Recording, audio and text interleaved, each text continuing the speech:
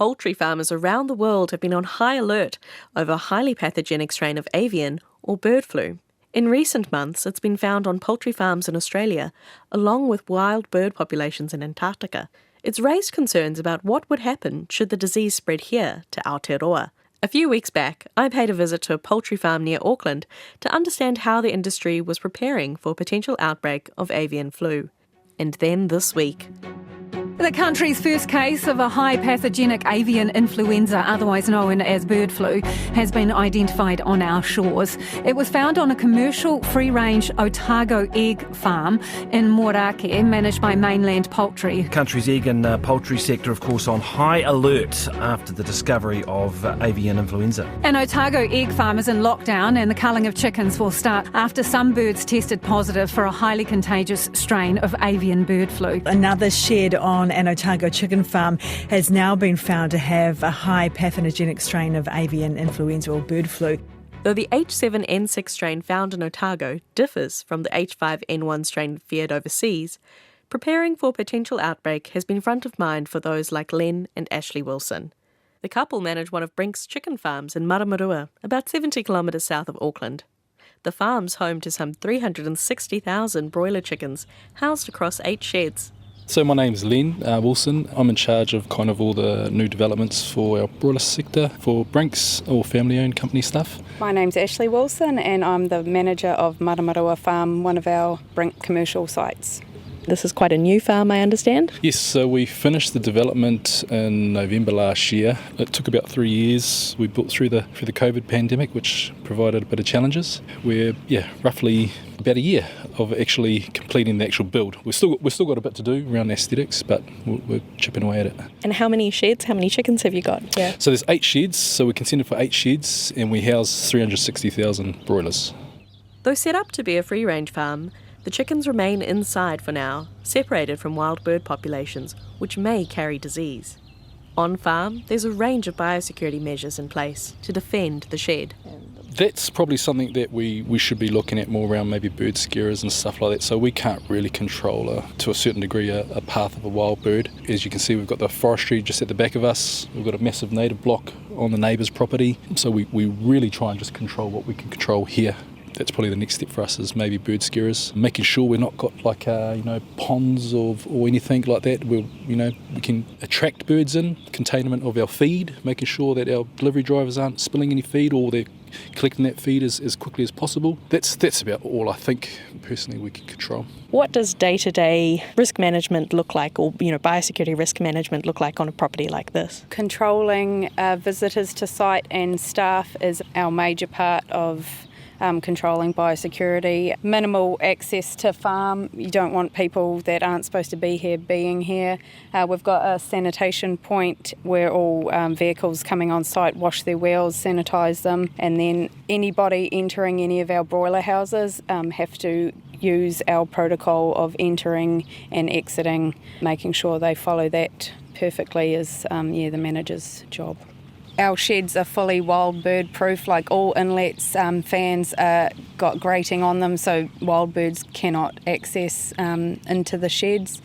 Other than humans, our sheds are well proofed from wild bird entry. When we look at Defend the Shed, we do like a risk assessment on that, and that's purely, if we look at everything, visitors seem to be, like if you look at the webinars and all that kind of stuff, apart from wild birds, visitors seem to be kind of a risk. So minimising, the visitors coming onto farm and then making sure that we've got protocols in place when they enter the annex rooms, that they're sanitising their footwear, that they're wearing company-only overalls, and that's Defend the Shed. Now it's time to suit up. The PPE includes a boiler suit, hairnet, gloves, and booties for my already sanitised boots. We're joined by Michael Brooks from the Poultry Industry Association and veterinarian Kerry McQueen, who you'll hear from later.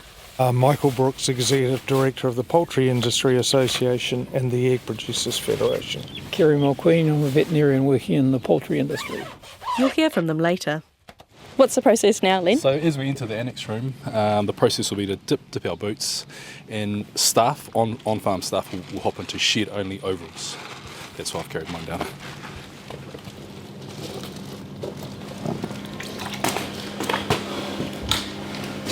So each shed Each shed's got its own house boots, so that we never ever exit the shed. So the boots would stay in just one shed, they wouldn't go to the shed next door? No. Time to put the booties on. Inside the annex of the shed, I'm surprised to find another biosecurity tool. Everything in the shed is controlled through technology which can be remotely operated. Yes, so this is the brain that runs the whole shed. It tells you everything that's happening ventilation-wise, feed, water. We can literally see anything to do with what's going on in this particular shed. So they're day 15.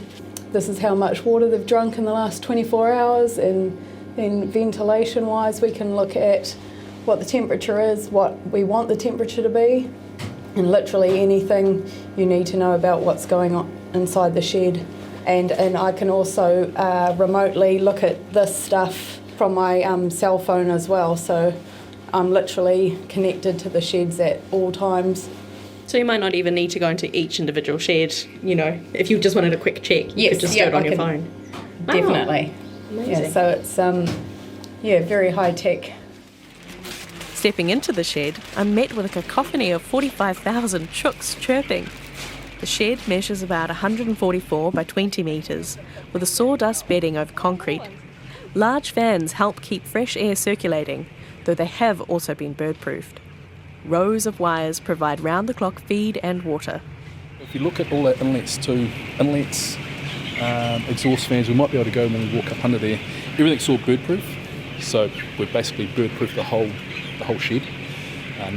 Theoretically nothing should be able to enter this property or into this house. Our biosecurity measures is really at that point, that's our control. Once we enter the shed, defend the shed. That's it. That's our primary focus, our only focus is the annex. Yeah. How many birds would be in a shed like this at the moment? We house in this shed 45,000 birds, broilers. Amidst the noise, Kerry explains what he would be looking for during a site inspection. Well, when you come into the shed, you're looking at just the shed itself, what the birds are doing, whether they're eating, feeding, whether they're all huddled together or whether they're all up against the walls. You're just looking at the bird's behaviour themselves. It's kind of like the birds will tell you whether they're happy or they're not feeling so well. So it's just the general atmosphere of the shed. So it's kind of like you get a sense of when you walk into a shed whether there's something right or something wrong. So it's built up with people like Len and coming in every day and watching and just experiencing the conditions in the shed. Would you check things like the bird proofing on the exterior and interior? Not me personally, but that would be up to the shed, the owner and the farm manager to actually maintain that that's all there. If you saw a bird in here, you'd be saying, okay, where did it come in? But you don't see many birds in a broiler shed like these. There are very few birds that actually make it into the shed, even with the pop holes open. So when the pop holes do open, there's a hole in the wall so the birds can come in. But if we're in a heightened kind of like stage of disease for HPAI, then we would most probably lock the pop holes down, and then a bird in here would cause some excitement. Growing increasingly warm in my many PPE layers, we head outside to chat some more. The Wilsons undertake twice daily checks of the sheds, with the results of these also audited internally and externally. So for the on-farm stuff, those checks are done twice per day, 7 days per week, and while in production, every day of that production cycle. We've got, like Ashley mentioned before, we've got a whole heap of parameters that the controller monitors and pings off alarms, so we're kind of quick to kind of respond to anything like that. What is the day-to-day aspect of that inspection? Is it walking around the exterior and interior of the sheds, or what does it look like? Yes, every day, every shed is at least 45 minutes to an hour, a staff member is walking around assessing bird behaviour, feed and water availability, and just the environment in general. Majority of what we get done is internal auditing. So the livestock department within the business will come out and they audit us almost twice per cycle. So they're looking at everything from our procedures, our on-farm procedures, and what we're doing to swabbing and checking and all that kind of stuff. Building audits, checking whether our buildings are like we say bird-proof or anything like that. With the heightened risk at the moment, how do you feel to be in this business? It's got to be quite an anxious time for many in the sector. I think it is, but we put in a lot of our faith into the processing company, industry leaders like PNs to kind of help us kind of navigate that through. I'm a firm believer in you just control what you can control. It's no use really thinking about too much outside the square or worrying about something. That's not really going to do anything. It's just having a bit of a faith, having faith in, like I say, our livestock department, our PNs, MPI to kind of help us through and guide us through. The industry has been responsive to the threat of an avian flu outbreak, particularly of the H5N1 strain. Here's Michael and Kerry. I think the big concern is the strain of H5N1 because it's endemic in wild birds. So for many years we've had, or MPI has done surveillance of birds coming from the Northern Hemisphere, never found highly pathogenic avian influenza. In fact, they do that surveillance not far from here at Miranda. But now that it's endemic in wild birds, got into Antarctica, suddenly the threat is potentially from the south. So that's the risk to us. And the other one, which is so different, is that it's in wild birds, so that makes biosecurity a really challenging prospect. Well, we know what this H5N1 can do, so kind of like forewarned, but as often the reality, what you see overseas and what the reality will be here could be different, and until you experience it, maybe it won't be a reality for you. So, but yeah, we've been forewarned, and we could be well prepared. How has the kind of day-to-day management for industry, has it changed with this increased risk? There's certainly an understanding. I think the comment's been made, we have been in peacetime in New Zealand. We're unique in the world. We are free from the major poultry diseases. This is a real change in the system. We're going to have to go to a different level of biosecurity, and people need to understand. As Kerry has mentioned, this strain the levels of mortality are very high. Its transmissibility is double that of COVID or other strains of highly pathogenic avian influenza. So it's something at a level we've never experienced before in this country. So people really need to understand the potential risks it may pose to the industry. It's also up to backyard chicken owners to do their part. I think it's kind of like at a farm level that you manage it. Like as at your farm level, you're protecting your birds, you're protecting yourself. Like the industry can't protect you.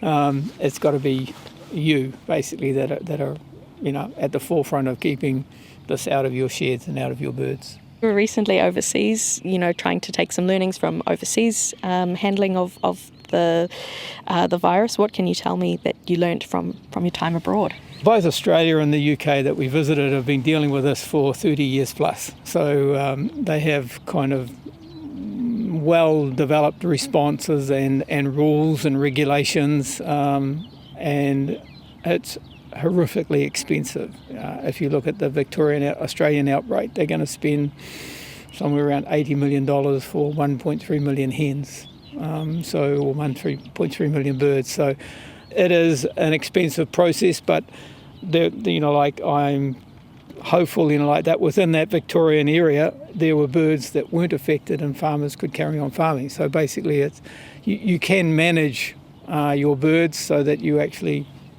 keep HPAI out of your birds and out of your flock. So, there is hope that you can manage within a response. But very expensive kind of responses.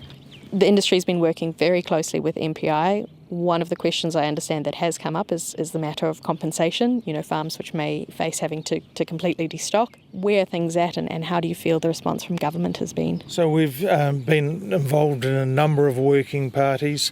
There's work in what's called the 3Ds, depopulation of a farm if it was discovered, disposal of carcasses, and then cleaning and disinfection of the property after there'd been an outbreak. So there's a number of working parties with both industry and MPI looking at that.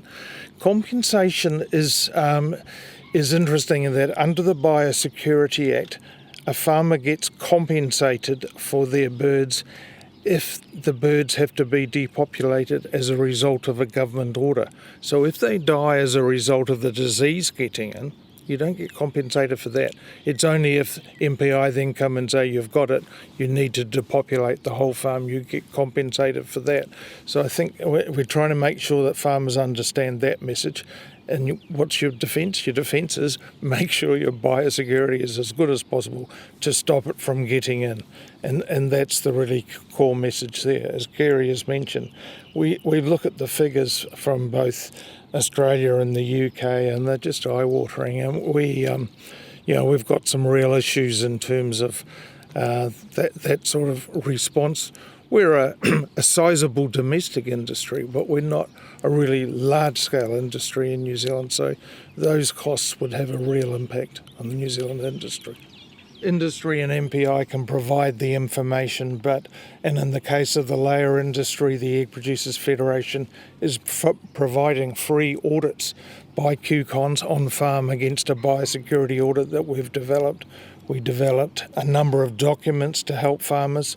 Those sort of things in the meat chicken industry already provided by the companies, but in the layer industry, there's not this because of those smaller farms. So we've been doing that.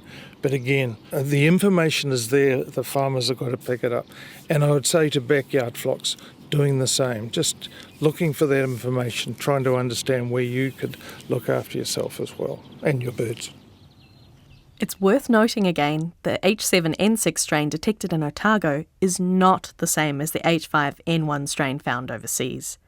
The depopulation of chickens continues at the mainland poultry farm in Otago, which to date is the only farm where the H7N6 strain has been detected. It remains under strict controls, and MPI is confident the country is on track to stamp out this strain. There are no human health or food safety concerns, and it is safe to consume thoroughly cooked egg and poultry products.